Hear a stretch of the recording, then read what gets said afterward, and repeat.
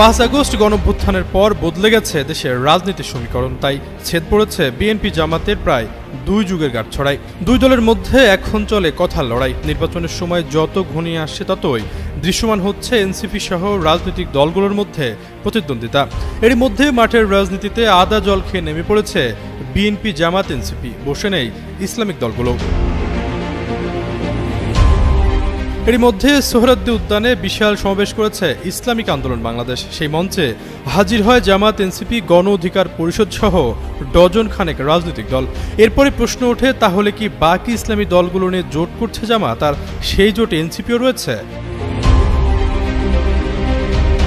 এমন সমীকরণ হাওয়ায় উড়িয়ে দিচ্ছেন না রাজনৈতিক বিশ্লেষকরা। তারা বলছেন, আগামী নির্বাচন হবে বিএনপির জন্য ক্ষমতা ফেরার লড়াই, আর এনসিপির সামনে হেভিওয়েট প্রার্থীদের টেক্কা দিয়ে টিকে থাকার লড়াই। রান্নায় আমার ভালোবাসা Jamuna gas stove. Jamuna gas stove, আধুনিক, নিরাপদ ও দীর্ঘস্থায়ী। আর জামাত তো এখন বিএনপির প্রধান প্রতিদ্বন্দ্বী। এককভাবে হয়তো বিএনপির প্রার্থীদের পরাজিত করা সম্ভব হবে না সারা দেশে, এমনকি কিছু আসন পেলেও সরকার গঠন করা আর সম্ভব হবে না জামাত কিংবা এনসিপির। ফলে তারা চাইবে জোটগতভাবে আসন ছেড়ে দিয়ে নির্বাচন করতে।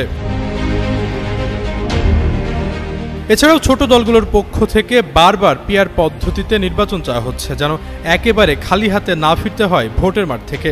যদিও এখন পর্যন্ত এনসিপি বা জামাত সরাসরি কোনো নির্বাচনী জোট বা আনুষ্ঠানিক মঞ্চ গঠনের ঘোষণা দেয়নি, তবুও সাম্প্রতিক সময়ে জামাত এনসিপির দলীয় অবস্থান ও সম্মানিত কার্যক্রম এই সন্দেহকে ঘনীভূত করেছে। বিশেষ করে পিআর পদ্ধতিতে নির্বাচন ও সংসদ নির্বাচনের আগে স্থানীয় সরকার নির্বাচনের দাবিতে দুই দলের শক্ত অবস্থান জোটের হিসেবকে পুঞ্জীভূত করেছে। বিশ্লেষকদের মতে, সত্যি যদি বিএনপি বিরোধী জোট আলোর মুখ দেখে, তাহলে এই যাত্রায় সঙ্গী হতে পারে নুরুল হক নুরের গণ অধিকার পরিষদ, আমার বাংলাদেশ পার্টির মতো মধ্যম সারির দলগুলো। এমনকি সব ইসলামী দল এক হয়ে এই জোটে যোগ দেওয়ারও সম্ভাবনা রয়েছে, যা আগামী নির্বাচনে বিএনপির মাথা ব্যথার কারণ হয়ে দাঁড়াতে পারে।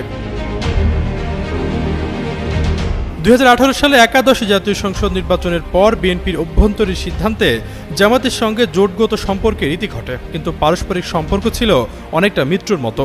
যদিও এরপর থেকে জামাত এককভাবে রাজনীতিতে সক্রিয় থাকার চেষ্টা চালিয়ে আসছিল। এমন প্রেক্ষাপটে রাজনৈতিক পর্যবেক্ষকদের মত, জামাত এখন এমন একটি প্ল্যাটফর্ম খুঁজছে যেখানে তারা সক্রিয় থাকতে পারবে। আশরাফুল ইসলাম, যুগান্তর নিউজ।